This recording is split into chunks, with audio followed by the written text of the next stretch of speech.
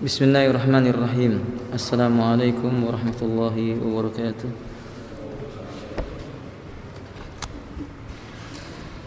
Innal hamdalillah nahmaduhu wa nasta'inuhu wa nastaghfiruh wa na'udzu billahi min shururi anfusina wa sayyiati a'malina.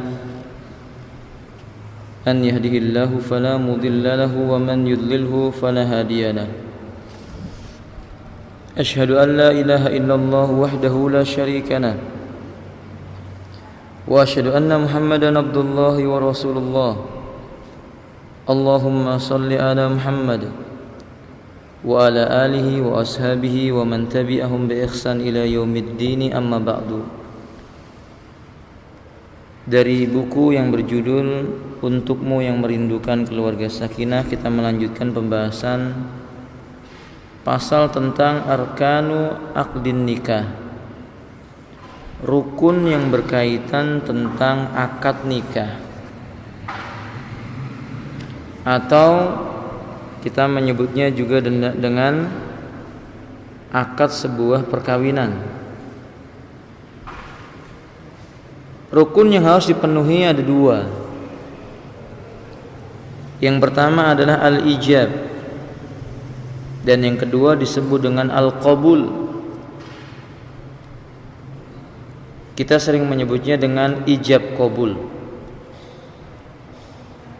Al-ijab ini lafaz yang diucapkan bagi wali wanita terhadap mempelai lelaki untuk mengikat hubungan suami istri sesuai dengan syariah.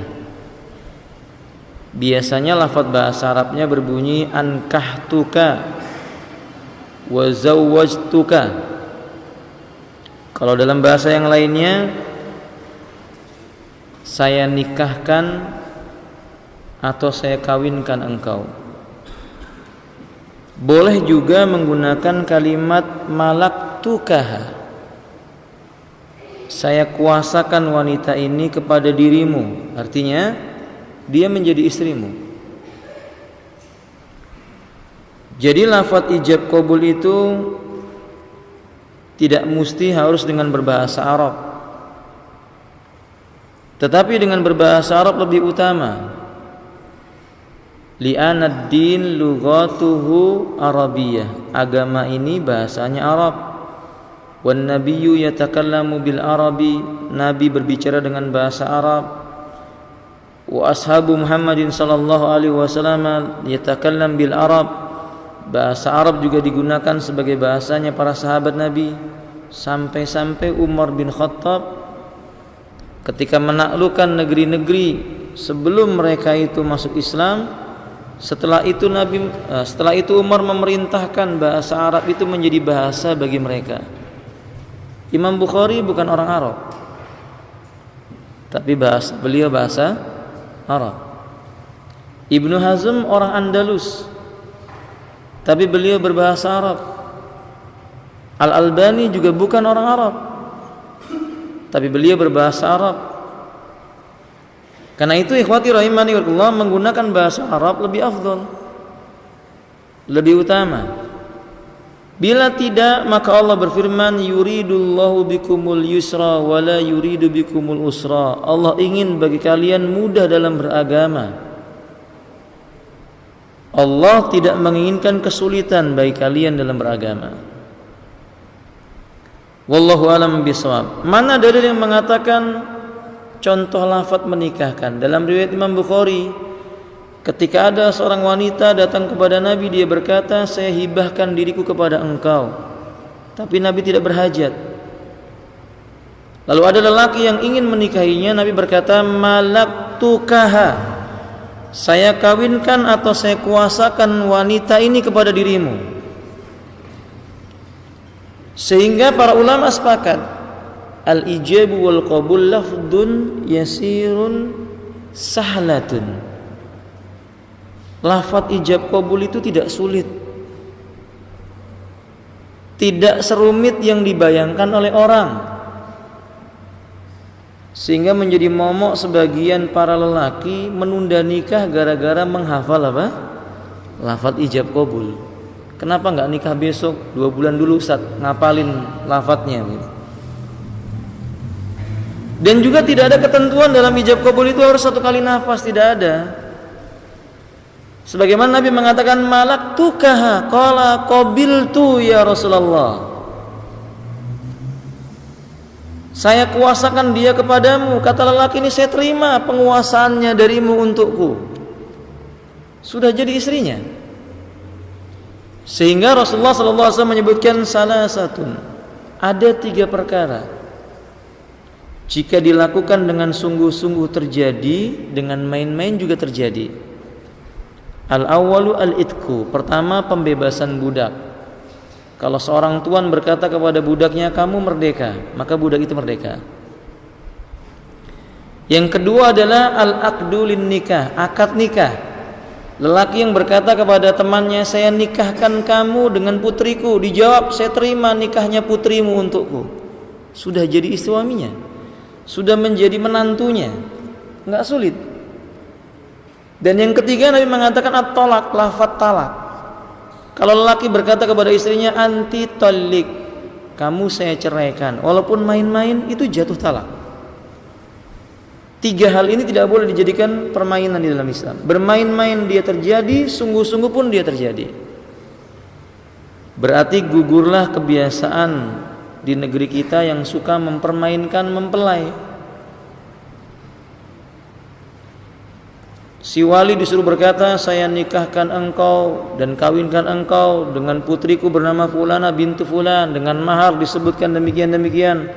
Langsung dijawab dengan syarat tidak boleh putus. Saya terima nikahnya Fulana bintu Fulana putrimu dengan mahar sekian dan sekian. Kalau putus diulang lagi. Ini mempermainkan agama. Sementara perkara tersebut tidak disebutkan di dalam syariat. Rasulullah SAW mengetahui ada ayat yang berbunyi al-yauma akmaltu lakum dinakum. Pada hari ini telah aku sempurnakan bagi kalian agama kalian. Nabi tahu agama ini sudah sempurna. Maka Nabi pun mengatakan man amila amalan laisa alaihi amruna fahuwa raddun. Siapa yang mengerjakan sebuah amal yang tidak datang dari kami, maka amal itu menjadi sia-sia baginya. Dan Allah menegaskan, abillahi wa ayatihi wa rasulihi kuntum tastahzi'un. Apakah kalian berani terhadap Allah, yakni hukum-hukumnya, terhadap Rasulullah, yakni sunnah-sunnahnya, dan ayat-ayatnya Allah kalian mau jadikan bahan permainan dan ejek-ejekan? Alangkah menyedihkan Bapak. Terkadang akad nikah sengaja dibuat lucu untuk memalukan mempelai itu. Seharusnya kaum muslimin tidak demikian. Bagaimana dengan qabul? Makna qabul ya maknanya lafadz yang keluar dari lisan mempelai lelaki. Dan yang harus diperhatikan dalam syarat akad nikah itu, lafadz ijab dan qabul, lafadznya adalah lafadz yang menunjukkan perkawinan. Bukan seorang berkata saya titipkan anakku kepadamu. Itu bukan lafadz perkawinan. Jadi kalau ada seorang wali berkata, ya fulan, wahai fulan, wada'tu hadhil mar'ati ilaik, saya titip anak ini kepada engkau. Itu bukan pernikahan. Kalau dia jawab saya terima, itu tidak termasuk pernikahan. Tapi kalau kalimat malak tukaha, saya kuasakan wanita ini kepadamu, itu maknanya adalah saya nikahkan engkau dengannya. Lalu dia menerima dengan lafadz yang jelas, saya terima nikahnya. Jadi akad nikah itu lafadznya harus bermakna-makna pernikahan. Akan lebih utama kalau menggabungkan keduanya. Ankahtuka wa zawwajtuka, saya nikahkan dan saya kawinkan engkau. Qabulnya harus persis sama. Imam Syafi'i menyebutkan walafdul ijabi wal qabuli sawiyatan sawaun bisawain mi'ah bil mi'ah. Sama persis ucapan lafadz ijab dengan qabul, nggak boleh berbeda. Contohnya, lelaki berkata, saya nikahkan engkau dengan putriku Fatimah dengan mahar 1 juta. Nggak boleh yang menjawab itu berkata, saya terima nikahnya Aisyah dengan mahar 3 juta. Boleh, nggak boleh. Namanya berbeda, lafadznya juga berbeda. Timbul permasalahan bagaimana masalah maharnya disebutkan itu, bila tidak disebutkan sah atau tidak. Bila lelaki berkata kepada seorang lelaki yang lainnya, saya nikahkan engkau dengan putriku, lalu dikatakan saya terima nikahnya putrimu tanpa disebutkan maharnya, apakah ini sah? Jumhur ulama berpendapat sah jika dia berniat ingin membayar maharnya, karena Nabi berkata innamal a'malu binniyat, sesungguhnya amal seseorang itu bergantung niat. Fakana shadaqatuha dainun, berarti mahar yang diberikan kepada wanitanya itu nilainya hutang. Nilainya hutang. Kalau kontan dia sebut kontan. Qabiltu nikahaha wa tazwijaha bil mahri mi'ata dirham halan, misalnya begitu. Saya terima nikahnya dan kawinnya putrimu yang bernama Fulana bintu Fulana dengan mahar 100 dinar kontan. Demikian. Timbul pertanyaan yang berikutnya, haruskah berjabat tangan ketika akad nikah? Di negeri kita terbiasa bahwa akad nikah itu dengan jabat tangan. Di dalam Islam, jabat tangan itu biasanya terjadi hanya pada dua perkara. Yang pertama, haina laqiya rajulani muslimani, bertemunya dua orang lelaki muslim atau dua orang wanita muslimah, ketika mereka pertama kali berjumpa mengucapkan salam dan berjabat tangan. Ini menggugurkan dosa-dosa. Yang kedua, dalam keadaan baiat, di mana seseorang disumpah setia oleh pemimpinnya, komandan perang kepada prajuritnya, presiden kepada rakyatnya, raja kepada rakyatnya, khalifah kepada rakyatnya. Ini baiat. Ditambahkan oleh Imam Syafi'i yang ketiga, termasuk sunnah yang tidak wajib tapi sunnah, jual beli itu dengan jabat tangan. Tetapi dalam masalah akad nikah tidak ada satu pembahasan pun dari kitab-kitab fikih imam yang empat, Syafi'i, Ahmad, Malik, Hanafi, yang menyebutkan bahwasannya jabat tangan itu menjadi bagian dari sebuah pernikahan. Tidak. Cuma kalau ditanya apakah boleh, boleh. Lakin akan tetapi yang tidak boleh ya'taqidu la budda biha. Kalau dia meyakini mesti jabat tangan, ini yang enggak boleh. Li'annahu amalun bi ghairi ilmin, karena ini amalan yang tidak dijumpai di dalam nas Quran maupun hadis.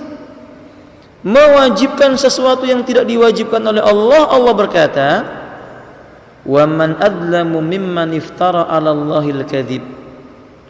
Siapakah orang yang lebih zalim dibandingkan dengan orang yang berbicara atas nama Allah dengan kebohongan? Wa man adlamu mimman iftara 'ala Allahil kadziba. Sehingga Bapak boleh pernikahan itu dari jarak yang jauh dengan syarat aminatun anil fitan, khalisatun anil mafsadat, hilang kerusakan dan fitnahnya. Kalau saya mau menikahkan anak saya dengan seorang lelaki dari negeri yang jauh pakai teknologi tertentu lah Pak ya, kelihatan cuman layarnya begitu, dia di layar itu berbicara jarak jauh. Saya berkata, saya nikahkan kamu dengan putriku dengan mahar sekian juta rupiah. Lalu dia menjawab, saya terima nikahnya putrimu dengan mahar sekian rupiah. Ada orang yang menyaksikannya, itu sudah menjadi menentu bagi saya. Bahkan para ulama mengatakan wala ba'sa idza kana bisautin bighairi taswirin walakin aminatun minal fitan.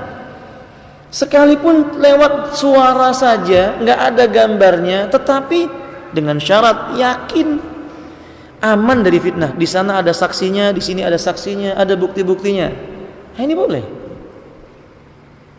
Maka Imam Malik pernah ditanya, Pak, hukum menikahkan pakai isyarat. Kira-kira apa namanya itu Pak? Kalau di pramuka itu namanya itu Pak? Pakai apa itu? Itu lupa saya itu namanya apa itu. Pakai pertanda. Jadi mungkin di balik jurang sana sama di sini karena ada banjir harus dinikahkan hari itu juga, lalu pakai isyarat yang maknanya lafadznya adalah lafadz saya nikah. Menurut Imam Malik sah. Tapi jumhur ulama mengatakan ini makruh, dibenci. Tidak disukai yang seperti itu. Wallahu taala alam bisawab. Kemudian syarat kedua dalam akad nikah, adanya wali bagi wanita. Tidak disyaratkan wali bagi laki-laki. Qala Syafi'i rahimahullah ta'ala, idza ata rajulun waliyal mar'ah summa ja'ala bainahuma al-ijab wal qabulu wa kana syahidani adilani sihhatan nikahuha. Laki-laki datang sendirian kepada seorang lelaki yang menjadi wali seorang wanita. Ada dua orang saksi menyaksikannya, lalu terjadi ijab qabul, sah pernikahannya itu. Berarti laki-laki tidak membutuhkan apa? Wali. Yang butuh wali itu perempuan. Dalam riwayat Imam Abu Daud, Nabi mengatakan, ayyumma imra'atin nakahat nafsaha bighairi waliyin fanikahuha batil. Fanikahuha batil, nikahuha batil. Nabi mengucapkan 3 kali. Wanita manapun yang menikahkan dirinya tanpa wali, pernikahannya batal. Pernikahannya batal. Pernikahannya batal. Disebut oleh Nabi 3 kali. Di hadis yang lainnya Nabi SAW menyebutkan, idza naka rajul imra'atan bighairi waliyin batalat nikahuha.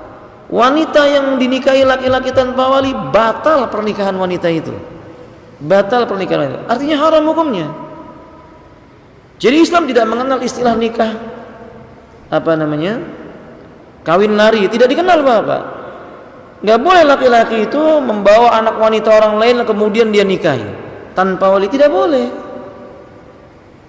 Dia harus datang kepada walinya, kemudian dia melamarnya, kemudian dinikahkan oleh walinya. Illa kecuali bila walinya itu menentangnya dengan kekufuran, bukan karena udzur yang syar'i, maka Nabi berkata, as-sultanu waliyun lima la waliyalahu. Pemimpin kaum muslimin menjadi wali bagi wanita yang tidak punya wali lagi. Jadi wanita-wanita yang orang tuanya kufur, orang tuanya musyrik, dan mereka menolak pernikahan yang islami, maka wanita ini boleh dinikahkan oleh pemimpin kaum muslimin. Ya, dalam hal ini ya pemimpin itu ya raja, ya presiden, atau orang yang ditunjuk oleh mereka, perwakilan-perwakilannya. Wallahu a'lam bishawab. Kemudian apabila rahimanillah, syarat berikutnya adanya calon suami. Dan yang perlu dicatat, keduanya orang yang baligh dan mengetahui maslahat dan mafsadah dalam pernikahan. Jadi wali dan calon suaminya ini orang yang baligh, mumayyiz. Kalau pernikahannya orang gila, sah atau tidak? Maksudnya dinikahkan orang itu dalam keadaan gila atau mabuk, begitu apakah boleh atau sah atau tidak? Para ulama mengatakan tidak sah, karena ucapan orang gila tidak diterima. Nabi mengatakan rufi al-qalamu an salas, pena diangkat dari 3 golongan. Salah satunya kata Nabi anil jununi hatta yufiqa, dari orang gila sampai penyakit gilanya itu hilang. Berarti syariat tidak berlaku bagi orang gila sampai penyakit gilanya itu hilang dari dirinya. Wallahu ta'ala alam bisawab. Kemudian ikhwati rahimanillah, hal yang perlu diperhatikan, bagaimana dengan lelaki yang sudah terlanjur menikahi wanita tanpa wali? Apa yang harus dilakukan? Dan itu terjadi di masa lalu karena ketidaktahuannya tentang agama. Yang pertama, dia tidak boleh berputus asa dari rahmatnya Allah, karena Allah mengatakan, qul li ibadiyalladzi asrafu ala anfusihim la taqnatu min rahillah innallaha yaghfiru dzunuba jami'an. Katakanlah kepada hambaku yang telah melampaui batas terhadap dirinya sendiri, jangan berputus asa dari rahmatnya Allah, karena Allah itu mengampuni segala macam jenis dosa. Berarti dia harus bertobat kepada Allah Taala. Yang kedua, dia mengulangi akad nikahnya, karena batalnya akad nikah yang dia lakukan di masa lalu. Sebab sebagaimana tadi kita sebutkan, Nabi menegaskan dengan kalimat la nikah illa biwali, tidak sah sebuah pernikahan tanpa ada wali. Yang ketiga, bagaimana status anaknya, tetap nasabnya kepadanya, karena itu dilakukan karena ketidaktahuannya, di mana Nabi mengatakan rufi al-qalamu an salas anin nasiyati yatadakkar, pena diangkat dari 3 golongan, salah satunya dari orang yang tidak tahu sampai dia mengetahuinya. Jadi dia bertobat kepada Allah, kemudian dia mengulang akad nikahnya kepada walinya yang menikahkannya. Ini yang dilakukan bagi mereka yang menikahi wanita tanpa wali. Bahkan Aisyah menegaskan bahwa Nabi bersabda, ayyumam ra'atin nakat bi ghairi idni mawaliha fanika wa batil salasa marat fa in dakhala biha fal mahru la bima asaba minha fa in tashajaru fasultan waliyyu man la waliya lahu. Siapa saja di antara wanita yang menikah dengan lelaki tanpa wali, nikahnya itu batal, nikahnya itu batal, nikahnya itu batal. Wanita berhak menerima mahar dengan sebab ia menghalalkan farjinya. Begini maksudnya, Pak. Di masa lalu dia menikahi wanita tanpa wali, kemudian dia tahu hukumnya itu terlarang, nikahnya itu batal, mahar yang sudah diberikan kepada wanita itu nggak boleh ditarik lagi. Sehingga ketika dia mengulang nikah, maharnya harus mahar yang baru lagi. Walimahnya juga harus yang baru lagi. Karena walimah dalam pernikahan, walimah itu pesta pernikahan. Walimatul urus itu dalam hukum Islam pendapat yang rajih wajib. Nabi pernah berkata kepada Jabir, ya Jabir ulim walau bisyat. Jabir, buatlah walimah walaupun cuma memotong seekor kambing saja. Ya kalau di negeri kita mungkin walaupun dengan nasi urap gitu ya Pak ya, atau pakai telur goreng, udah cukup. Yang jelas walimah itu harus diadakan. Tidak mengapa jarak antara pernikahan dengan walimah itu 2 bulan, 3 bulan, tidak ada masalah. Tapi walimah tetap harus dilakukan. Wallahu a'lam bishawab. Ada catatan penting. Setelah kita mengetahui bahwa wali diharuskan atau disyaratkan dalam sebuah pernikahan, timbul pertanyaan kriteria wali itu bagaimana? Satu, disebut wali jika dia merupakan orang tua baginya atau yang ada hubungan rahim dengannya. Jadi wali bagi wanita itu jika diurutkan, pertama adalah bapaknya. Kalau bapaknya tidak ada, maka walinya adalah kakeknya. Mungkin saja seseorang itu ayahnya meninggal dunia, kakeknya masih hidup. Kakeknya lebih berhak daripada selainnya. Kedua, jika ayah ke atas tidak ada, maka yang berhak menikahkan bagi wanita tersebut adalah anaknya.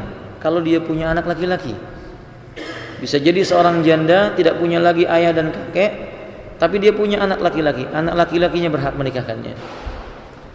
Yang ketiga, pamannya dari pihak ayahnya. Jika ketiganya tidak ada, barulah yang berhak menikahkannya adalah waliul amri, wali hakim namanya Pak. Catatan penting, kebiasaan di negeri kita mewalikan kepada hakim ini harus dihilangkan. Karena banyak di antara orang tua tidak mau menikahkan anaknya, lalu menitipkan pernikahan itu kepada para penghulu. Selayaknya tidak demikian. Walaupun perkara tersebut dalam syariat tidak diharamkan, akan tetapi lafaz Nabi yang menyebutkan la nikah illa biwali, tidak sah sebuah pernikahan tanpa wali, itu menunjukkan betapa pentingnya seorang wali dari wanita itu yang sesungguhnya wali yang menikahkannya. Dan itu menunjukkan keutamaan yang tinggi. Nah, buat bapak-bapak mesti belajar lafaz menikahkan, karena cepat atau lambat bagi Anda yang memiliki anak wanita akan menikahkan mereka. Sekali lagi, lafaz ijab itu lafaz menikahkan atau ijab itu tidak menyulitkan seseorang. Lafaz yang mudah saja. Yang kedua, mukallaf. Walinya harus mukallaf. Mukallaf itu maksudnya sudah dibebani syariat, sudah baligh. Tidak boleh wali yang dalam kondisi anak-anak, walaupun dia mumayyiz. Sebagaimana hadis yang tadi kita sebutkan, anis sabi hatta yakhtalima, anak kecil itu tidak dibebani syariat sampai dia itu dewasa. Yang ketiga, wali tidak boleh perempuan, harus laki-laki. Karena Allah mengatakan ar-rijalu qawwamuna 'alan nisa bima faddalallahu ba'dhum 'ala ba'din. Lelaki adalah pemimpin bagi kaum wanita karena Allah telah melebihkan sebagian mereka para lelaki atas sebagian yang lainnya, yaitu para wanita. Jadi kalau walinya itu perempuan tidak sah. Walinya mesti laki-laki. Yang keempat, Dia harus orang merdeka, tidak boleh budak. Dia harus orang merdeka, sebagaimana Umar menyebutkan waliyum ra'atin rajulun hurriyun. Wali bagi seorang wanita lelaki yang merdeka, bukan budak. Yang kelima, tidak boleh akalnya terganggu. Ghairus safih, bukan orang safih. Safih itu idiot atau akalnya kurang atau gila. Ini enggak boleh. Sebab Rasulullah sallallahu alaihi wasallam berkata, "Idza ja'akum man tardawna dina wa khuluquhu fankihuhu illa taf'alu takun fitnatun fil ardi wa fasadun." Bila datang kepadamu seorang lelaki yang kau redha agama dan akhlaknya, nikahkan dia dengan putrimu. Sebab kalau tidak kamu nikahkan, khawatir akan terjadi fitnah dan kerusakan menimpamu di muka bumi ini. Kalimat nikahkanlah olehmu pasti orang yang berakal. Dia faham maknanya. Nggak mungkin orang yang gila. Wallahu a'lam bishawab. Yang ketujuh atau yang keenam, yang seterusnya ini nggak boleh berbeda agama, kecuali laki-laki boleh menikahi wanita kitabiah. Tidak sebaliknya, wanita muslimah tidak boleh dinikahi oleh lelaki ahlul kitab, tidak boleh. Dalil yang menunjukkan tentang bolehnya menikahi wanita ahlul kitab, sebagaimana Abdullah bin Umar menyebutkan ba'du ashabi Muhammadin sallallahu alaihi wasallam yuzawwiju imra'atan yahudiyah. Di sebagian keadaan sahabat Nabi ada yang menikahi wanita Yahudi, summa aslama, setelah dinikahi baru masuk Islam. Berarti sebelumnya bukan muslim. Tidak lama kemudian setelah dinikahi dia masuk Islam. Ini menunjukkan bukti ya halal wanita ahlul kitab itu dinikahi oleh lelaki muslim, halal, tapi dengan syarat innaha ghaira zaniyah, bukan wanita berzina, hafizat li farjiha, menjaga kehormatannya, dawi aklin sahihatin wa fitratin rasidatin, punya fitrah yang lurus, akal yang sehat, bukan wanita yang membuat malu kehormatan lelaki, bukan wanita pezina. Kalau wanita kitabiah pezina pula nggak boleh. Jadi kalau wanita kitabiah ini wanita yang santun, yang sopan, fitrahnya lurus, boleh dinikahi dengan harapan setelah dinikahi dia akan masuk apa? Islam. Adapun kalau seorang wanita muslimah dinikahi laki-laki kafir, tidak boleh. Dalam riwayat Imam Bukhari Nabi menyebutkan la yankihul kafirul muslimah. Enggak boleh lelaki non muslim itu menikahi wanita muslimah, hukumnya haram. Dan tidak boleh orang tua memaksakan anak wanitanya menikah dengan seorang lelaki yang ternyata agamanya musyrik. Tadi disebutkan ahlul kitab. Ahlul kitab itu siapa? Yahudi dan Nasrani. Seperti firman Allah dalam Al-Quran, innal ladina kafaru, sesungguhnya orang kafir itu ada dua, min ahlil kitabi wal musyrikina, yaitu dari kalangan ahlul kitab, dan yang kedua dari kalangan orang musyrik. Berarti selain ahlul kitab nggak boleh dinikahi oleh laki-laki muslim. Nggak boleh lelaki muslim menikahi wanita paganisme, tidak boleh. Tapi kalau wanita itu wanita Nasrani atau wanita Yahudiyah, boleh, dengan harapan setelah dinikahi dia masuk Islam. Kalau tidak, maka ada syarat yang berikutnya, annahu tuti'u ma amara Allah wa rasul. Dia mengikuti aturan-aturan yang diperintahkan Allah dan Rasulnya. Misalnya setelah berhubungan intim tetap harus apa? Mandi junub, diajari oleh suaminya. Tidak boleh menampakkan auratnya di depan laki-laki yang bukan mahramnya, tetap diajari oleh suaminya walaupun dia tidak masuk Islam misalnya. Dia mengikuti aturan-aturan dalam Islam. Ketika dia selesai dari haid tetap harus mandi, diajarkan kepada dirinya aturan-aturan Islam itu. Itu syarat yang harus dipenuhi kalau menikahi wanita ahlul kitab. Tapi kita harus mengetahui Nabi mengatakan faida nakahtumul abdan jariyatan muslimatan khairun lak. Kalau kamu menikahi budak perempuan yang kulitnya hitam, itu lebih baik daripada engkau menikahi wanita yang wajahnya cantik, tubuhnya menggiurkan dirimu, lakin la tu'mina billah, tapi tidak beriman kepada Allah Ta'ala. Ini penting dicatat. Wallahu ta'ala alam bisawab. Kemudian ikhwati rahimani wa rahimakumullah, harus pernikahan itu menjadi sah bila si wanita ridho. Jadi Islam menentang kawin paksa. Tidak boleh seorang wali menikahkan anaknya dengan cara paksa, tidak boleh. Harus dicari keridhoannya. Karena Allah mengatakan di dalam Al-Qur'anul Karim surah An-Nisa ayat 19, ya ayyuhalladzina amanu la yahillul lakum an tarisun nisaa karha. Wahai orang beriman, tidak halal bagimu wanita-wanita dikawinkan kepadamu dengan jalan terpaksa, boleh. Sampai Nabi mengatakan latun kaul bikru hatta tusta'dan.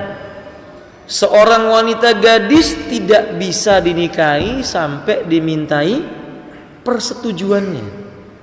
Yang perlu digaris atasi, persetujuan ini dilakukan oleh wali kepada mempelai wanita, bukan penghulu.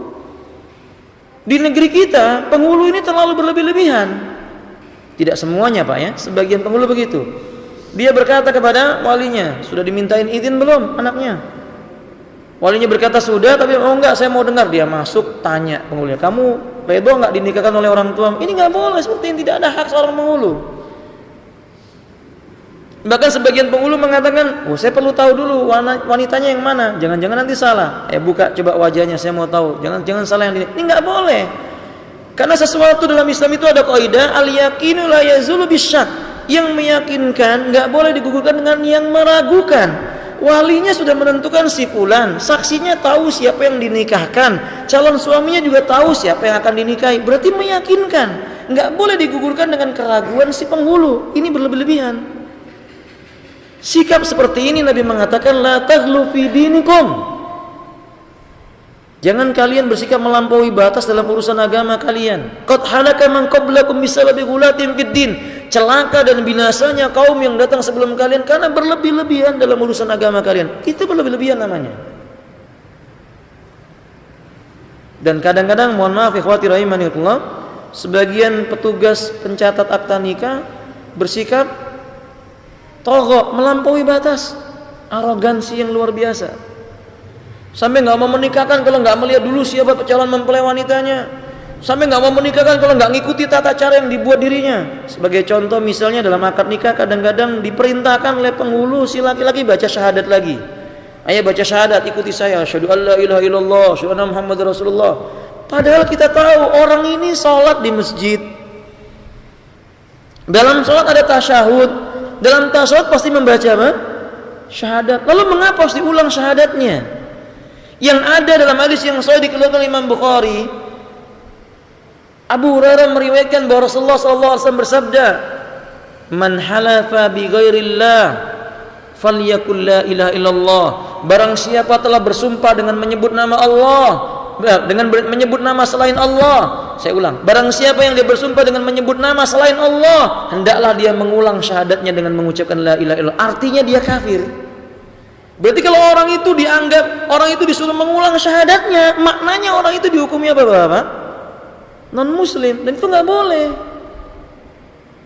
Kalau memang kenyataannya dia ini muslim, sudah ada bukti-bukti dia muslim, masya Allah.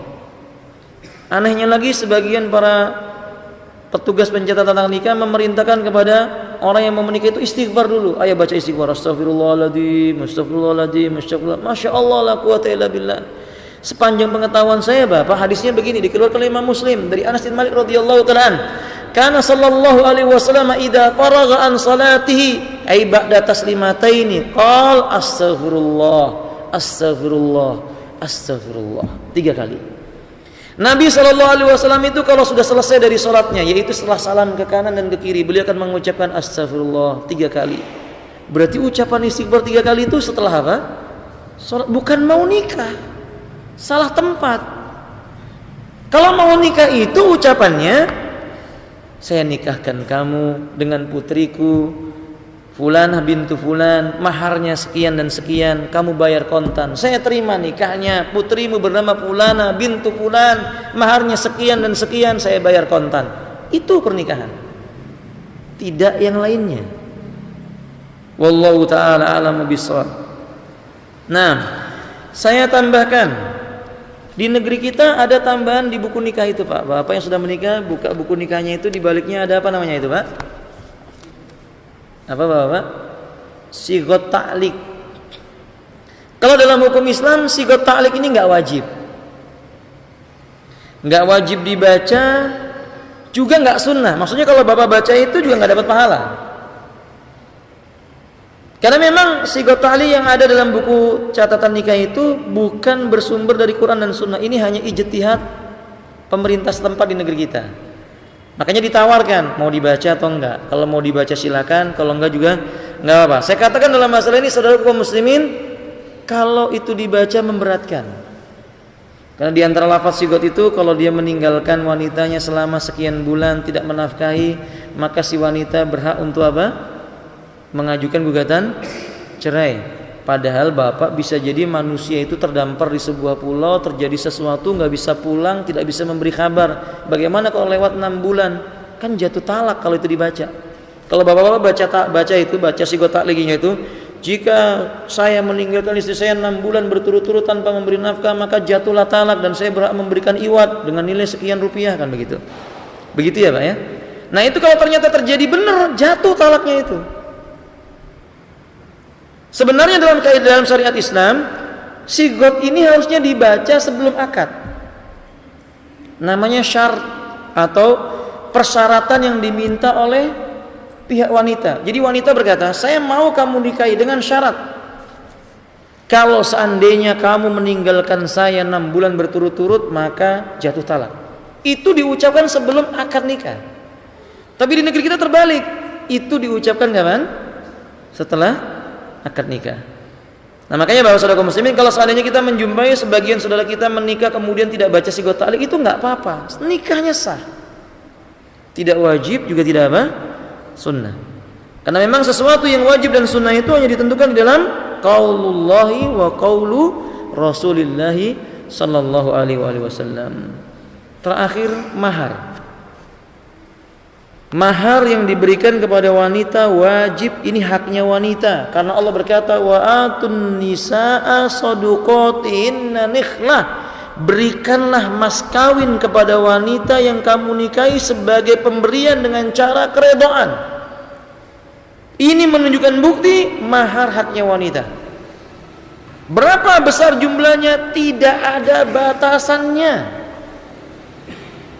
Mahar wanita ini tidak ada batasannya, tidak ada sama sekali. Kalau dia meminta dan laki-laki menyanggupinya, halal dengan syarat, bukan mahar yang haram. Misalnya seorang berkata, saya mau kamu nikahi dengan mahar bikinkan istana dengan 1000 patung, begitu misalnya Pak. Kisah apa itu Pak? Dongeng apa itu? Lupa saya dia. Itu mahar batil, nggak boleh itu. Karena patung dalam Islam yang berbentuk makhluk hidup dilarang. Jadi mahar ini adalah sesuatu yang halal, yang boleh. Dan sebaik-baik wanita adalah wanita yang maharnya paling ringan.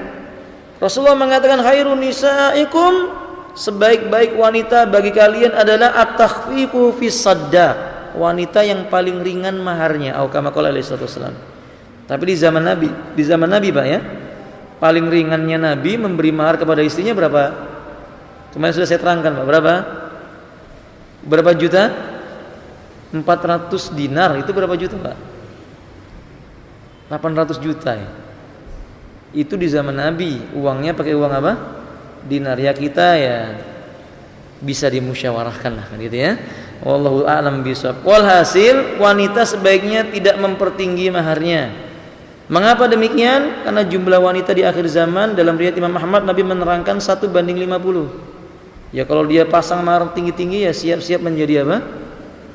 Wanita yang tua tanpa menikah. Makanya dianjurkan para wanita itu meringankan maharnya agar mereka dimudahkan, agar laki-laki dimudahkan menikahi mereka. Dan mahar ini tidak boleh walinya mengambilnya. Mahar itu hak wanita, tidak punya hak seorang wali mengambil mahar milik wanita itu, tidak hak. Karena Allah mengatakan saduqatin nihlah, sebagai sedekah, sebagai bentuk kerelaan atas apa yang tadinya haram menjadi halal baginya. Berarti itu haknya wanita itu, bukan hak bagi walinya. Wallahu a'lam bishawab. Saya tambahkan sifat mahar yang baik, pertama memiliki nilai, kedua memiliki manfaat. Jika mahar memiliki manfaat tapi nilainya kurang, itu nggak baik. Misalnya seseorang memberi mahar 5 kilo beras, ada manfaatnya tapi nilainya kurang.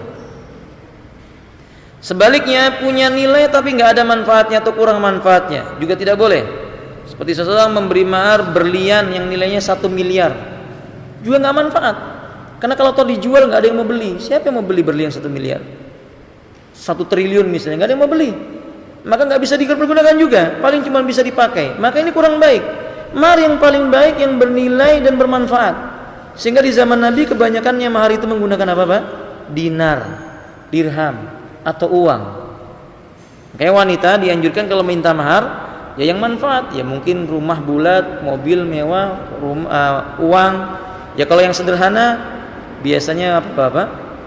Seperangkat alat sholat, bermanfaat dan bernilai, nggak ada masalah, tidak dilarang dalam Islam. Demikian poin tentang masalah akad dan ijab dan qabul secara ringkas. Semoga bermanfaat. Masih ada beberapa waktu untuk tanya jawab sambil menunggu datangnya waktu Isya. Kalau ada yang ingin ditanyakan silahkan Bapak, dan tidak mengapa di luar bab ini. Fadhil. Ya silahkan. Waalaikumsalam warahmatullahi wabarakatuh.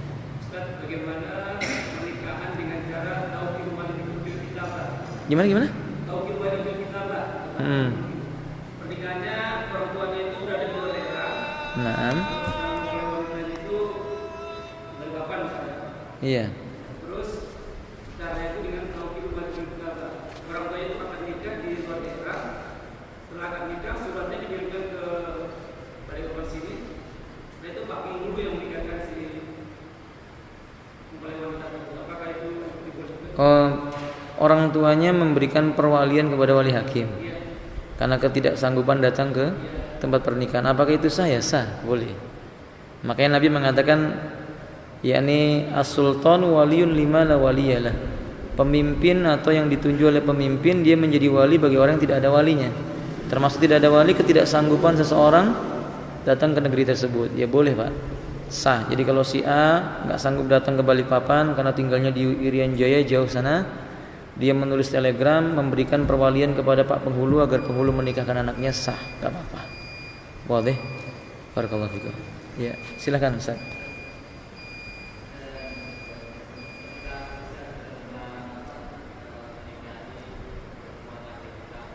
Iya.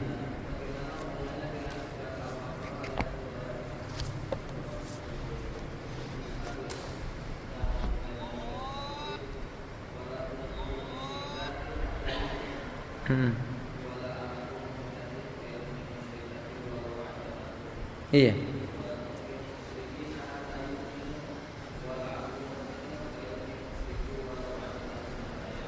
Nah.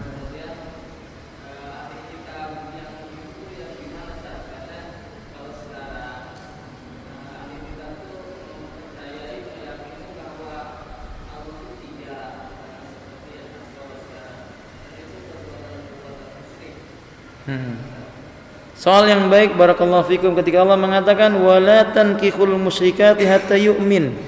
Janganlah engkau menikahi wanita-wanita musyrikah sampai mereka itu beriman. Wala amatun mu'minatun khairum min musyrikatin walau a'jabatkum. Wanita-wanita budak yang beriman jauh lebih baik daripada wanita musyrikah walaupun wanita-wanita musyrikah itu menakjubkan dirimu. Pertama, tafsir ayat ini Ibnu Abbas mengatakan tadullu ana haramun lil muslimina yankihul musyrikin. Musyrikat, haramnya bagi lelaki-lelaki muslim menikahi wanita-wanita musyrikah, bukan ahlul kitab. Faham? Perhatikan baik-baik sebelum saya lanjutkan. Ayat ini menjelaskan larangan menikahi wanita-wanita musyrikah, bukan wanita ahlul kitab. Wanita-wanita musyrikah di zaman dahulu wanita-wanita Quraisy. Wanita-wanita musyrikah di zaman sekarang selain orang-orang yang beragama Yahudi dan Nasrani. Kedua, pertanyaan beliau berkaitan dengan orang ahlul kitab di zaman sekarang. Bukankah mereka mengakui Tuhan itu ada 3? dan mereka menyekutukannya. Kita katakan, apakah itu pengakuan di zaman sekarang saja atau sejak zamannya Nabi? Saya mau tanya kepada Bapak, orang Nasrani itu mengakui Tuhan itu tiga sejak zamannya Nabi sudah ngakui atau baru sekarang saja? Bapak-bapak, orang Nasrani itu mengakui bahwa Tuhan itu ada tiga itu sejak zamannya Nabi atau zaman sekarang saja? Sejak zaman Nabi mereka mengakui itu. Sejak zamannya Nabi Isa mereka sudah mengakui itu. Makanya Nabi mengatakan, la tatruni kama ataratin nasara Isa bin Maryam. Jangan kalian puji aku melampaui batas seperti orang Nasrani memuji Isa putranya Maryam melampaui batas. Pertanyaannya, apa sih pujiannya? Mereka berkata, Isa binullah. Isa adalah anaknya. Oh, jadi Nabi tahu. Nabi tahu bahwa orang Nasrani itu memuji Isa berlebih-lebihan. Tapi ayat tetap membolehkan menikahi. Tapi Nabi tetap membolehkan lelaki-lelaki muslim menikahi kitabiat. Wadah? Walaupun mereka memiliki keyakinan seperti itu. Tetapi yang perlu dicatat, Abdullah ibnu Umar mengatakan, wallahi ma ra'aitu akhbasul nisa'i illa nasraniyah. Demi Allah, aku tidak melihat wanita paling buruk adalah wanita, melainkan wanita. Artinya mereka benci, tapi tidak mengharamkan. Mengapa? Karena ahlul kitab lebih dekat kepada kitabullah. Masih memungkinkan diajak untuk apa? Masuk Islam. Wadah? Faham saudaraku? Nah, silakan.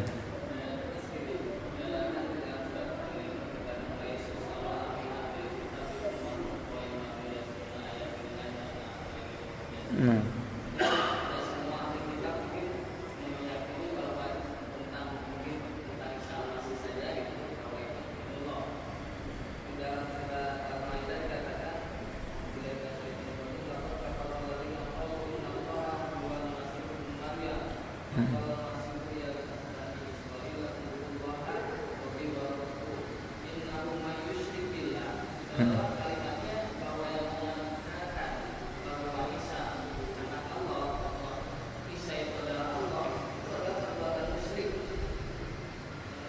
Sahih, betul.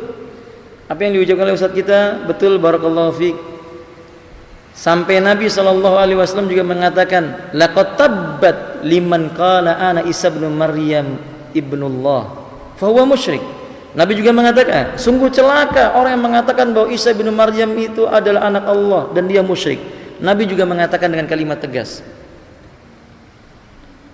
ma minkum yasma'u bima ji'tu bi yahudiyan aw nasraniyan summa la yu'minu bi ilan nar ahaqu alaihi ay fa huwa kafir. Sesungguhnya tidaklah seorang pun di antara kalian pernah mendengar apa yang aku bawa, baik dulunya dia itu Yahudi maupun Nasrani, kemudian tidak percaya dengan apa yang aku bawa ini, melainkan neraka lebih berhak untuk menjilatnya. Berarti dia kafir. Nasrani dan Yahudi dikafirkan oleh Allah, dan orang kafir tempatnya di mana? Neraka. Dan Allah mengatakan laisus sawa, enggak sama antara ahlul kitab yang membaca kitabullah siang dan malam, tetapi mereka yang membaca kitabullah ada yang beriman kepada Allah lalu masuk Islam, dan ada yang tetap dengan kekufurannya. Tetapi permasalahannya adalah halalkah dan halal atau haramkah menikahi wanita ahlul kitab? Saya tidak menjumpai adanya perselisihan di kalangan imam yang 4 yang mengatakan tentang halalnya menikahi wanita ahlul kitab dengan syarat yang tadi kita sebutkan. Dan yang perlu dicatat, faida idharu dinau ba'danaka rajulun imra'atau fala yanbaghi ayyastamiru nikahahuma. Ini perhatikan catatannya. Bila seorang lelaki telah menikahi wanita ahli kitab, setelah dinikahi dia tetap bersikukuh dengan agamanya dan terang-terangan dengan agamanya. Terang-terangan dengan agamanya. Enggak pantas laki-laki ini terus-menerus menikahinya. Jadi tujuan menikahinya itu untuk apa? Mengajarkannya Islam. Kita sedang membahas tentang halal tidaknya menikahinya. Setelah itu baru hukumnya berbeda. Setelah menikah ditegakkan hukum Allah, maka tadi disebutkan dia harus ikut hukum Allah, mandi ketika sudah berhubungan intim dan sebagainya, supaya hatinya mengerti Islam. Sesudah sekian lama dinikahi dia tetap dengan pada agamanya. Untuk apa? Karena Allah mengatakan dalam Al-Quran, ya ayyuhalladzina amanu qu anfusakum wa ahlikum nara. Mengapa menikahi wanita yang diajak kepada surga enggak mau? Di sini baru berlaku hukum apa? yang berikutnya. Gimana hukumnya wanita ahlul kitab yang telah dinikahi kemudian dia bersikukuh dengan agamanya? Ada ayat yang lain yang berbunyi, la tajidu qauman yu'minuna billahi wal yaumil akhir yuaduna man hadallaha wa rasulah walau kanu aba'ahum ila akhir ayat. Tidak akan kamu jumpai suatu kaum yang dia beriman kepada Allah dan Rasulnya bisa berkasih sayang dengan orang yang memusuhi Allah dan Rasulnya, walaupun bapak-bapak mereka, kerabat-kerabat mereka. Ini hukum berikutnya. Yang tadi yang kita bahas adalah hukum sah tidaknya menikahi wanita Alkitab. Jawabannya sah. Setelah itu, gimana hukumnya kalau wanita yang dinikahi ini tetap dengan agamanya? Baru ada hukum yang lainnya. Faham saudaraku? Oke, tadi bisa dipahami Bapak? Semoga bermanfaat. Nanti insya Allah bisa dilanjutkan di lain waktu. Walhasil ini pembicaraan yang panjang dan lebar. Apa yang beliau ungkapkan benar, apa yang beliau sampaikan benar, dalil-dalilnya semuanya benar. Kesimpulannya yang saya sampaikan tadi ini, kalau masih ada wanita muslimah, ngapain juga cari apa? Ahlul kitab. Wong budak saja lebih baik daripada mereka. Ini yang perlu digaris atas ya Pak ya. Bukan terus kemudian saya sampaikan ini kemudian kalau gitu kita cari aja wanita ahli kitab. Ada orang mengatakan walau ajabatkum, walaupun menakjubkan kamu, budak itu lebih baik. Ini yang penting. Demikian semoga bermanfaat. Jazakallahu khairan Ustaz atas nasihatnya. Barakallahu fikum. Subhanakallahumma bihamdik asyhadu an la ilaha illa anta astaghfiruka wa atubu ilaik. Assalamualaikum warahmatullahi wabarakatuh.